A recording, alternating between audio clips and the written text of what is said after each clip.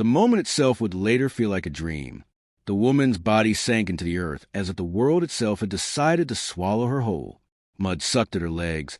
Her hands flailed uselessly. Her breath came in panicked gasps. And then a shadow broke through the trees. A man's rough hands, callous and steady, caught her wrist and would not let go. The rope cut into his palms as he pulled. Teeth gritted, boots sliding against wet earth. When at last she collapsed onto solid ground, mud-streaked and trembling, their eyes locked. His hazel gaze was steady, hers wide with disbelief, as if neither could quite name what had just begun. But that was only a glimpse, the moment that bound them. The rest began earlier, in quieter ways. Elias Ward lived at the edge of the woods with his daughter, Mara. His cabin smelled of cedar and worn flannel. Its shelves lined with books his wife once loved and tools he still used to mend what broke. Every morning began with ritual. 2 mugs of tea on the porch, steam curling into the cold air, Mara sketching with stubby pencils while he carved shapes from wood. The world had thinned for him since his wife's passing. Where once there had been laughter, now there was silence filled with memory. But Mara anchored him, her presence like a small candle that refused to flicker out, her giggles the only music he still believed in. On that afternoon, the woods were restless with the weight of coming rain. Elias set out to gather firewood, his cracked glass watch ticking faintly on his wrist. He hummed low under his breath, a habit more than a song. He did not yet know that the forest had decided to bring him someone. Isolde Hartwell had not meant to wander so far. She had told her driver she needed air, a walk, just an hour to herself. Her life, or what most would call a life, was gilded with meetings, decisions, and faces that smiled only when money moved. She was the CEO of Hartwell Holdings, a name spoken in boardrooms and printed in papers. Yet here in the countryside, she carried only a small leather satchel and the ache of exhaustion. Her heels had sunk into the dirt road, her hair loosened by the wind. She longed to breathe, without expectation pressing on her ribs. The path grew softer as she wandered. The quiet pressed in, broken only by crows shifting in the branches above. Then her foot sank. At first, she thought it mud, a simple misstep, but when she tried to move, the earth clutched tighter. With every struggle, the ground pulled harder until her body tipped forward and panic rose sharp in her throat. She cried out, voice ragged, but the trees swallowed sound. Elias heard it. A thread of desperation carried through the woods, cutting his breath short. He dropped the wood and ran. Through brambles and muck, he found her, half swallowed by the earth, her arms flailing, her eyes wild with fear. He did not pause. The rope he always carried slung across his shoulder was in his hands before thought could catch up. "Take it," he ordered, voice low but steady. She reached, fingers slick with mud, and missed. He knelt closer, boots sinking into marsh, thrust it forward again. This time her grip held. The pull was brutal. The earth sucked her down even as he heaved upward, his muscles straining, the scar above his brow beading with sweat. For a moment, it seemed she might be lost. Then, with a final wrench that tore the ground open, she spilled onto solid earth, gasping, coughing, trembling against the moss. Their eyes met in silence. His hand brushed mud from her cheek. Her fingers clung to his sleeve as though to let go would be to sink again. He brought her to the cabin. Mara opened the door, blue eyes wide at the sight of the stranger caked in mud. Elias's voice was gentle with his daughter but firm. "Blanket, sweetheart." Mara hurried, returning with the knitted one her mother had made years ago.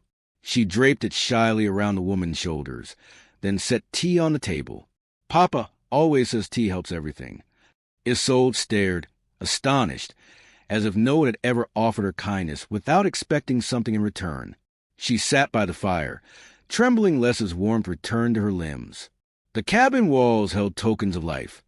A carved wooden horse on the mantel, Mara's crayon drawing 3 figures holding hands under a yellow sun, Elias's old watch ticking steady. She did not tell them who she was.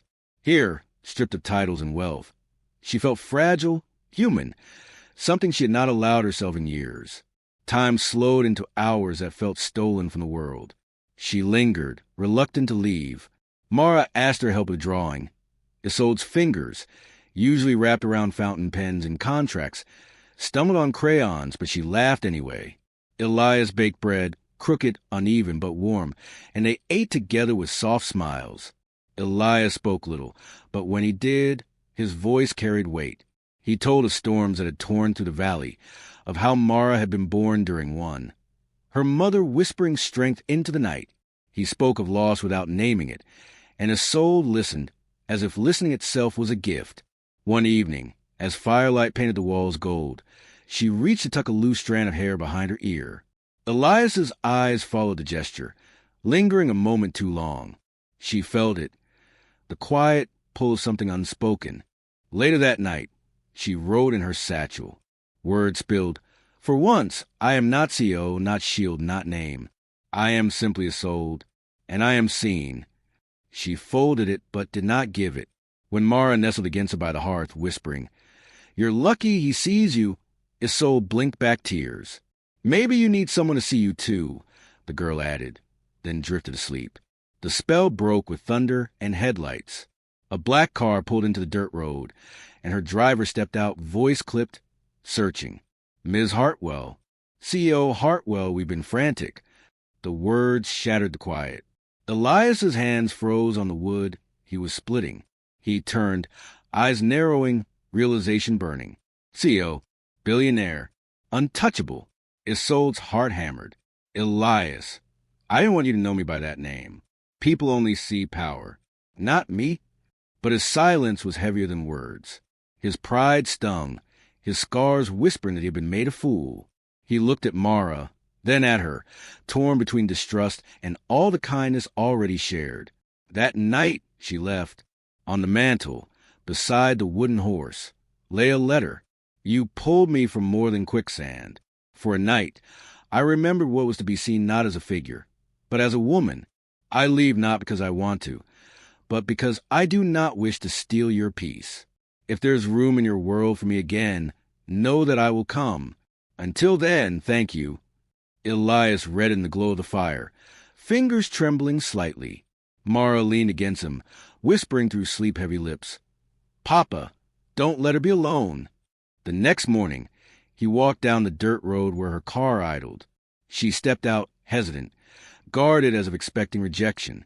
He said nothing at first, only reached into his pocket and pressed something into her hand, the carved wooden horse.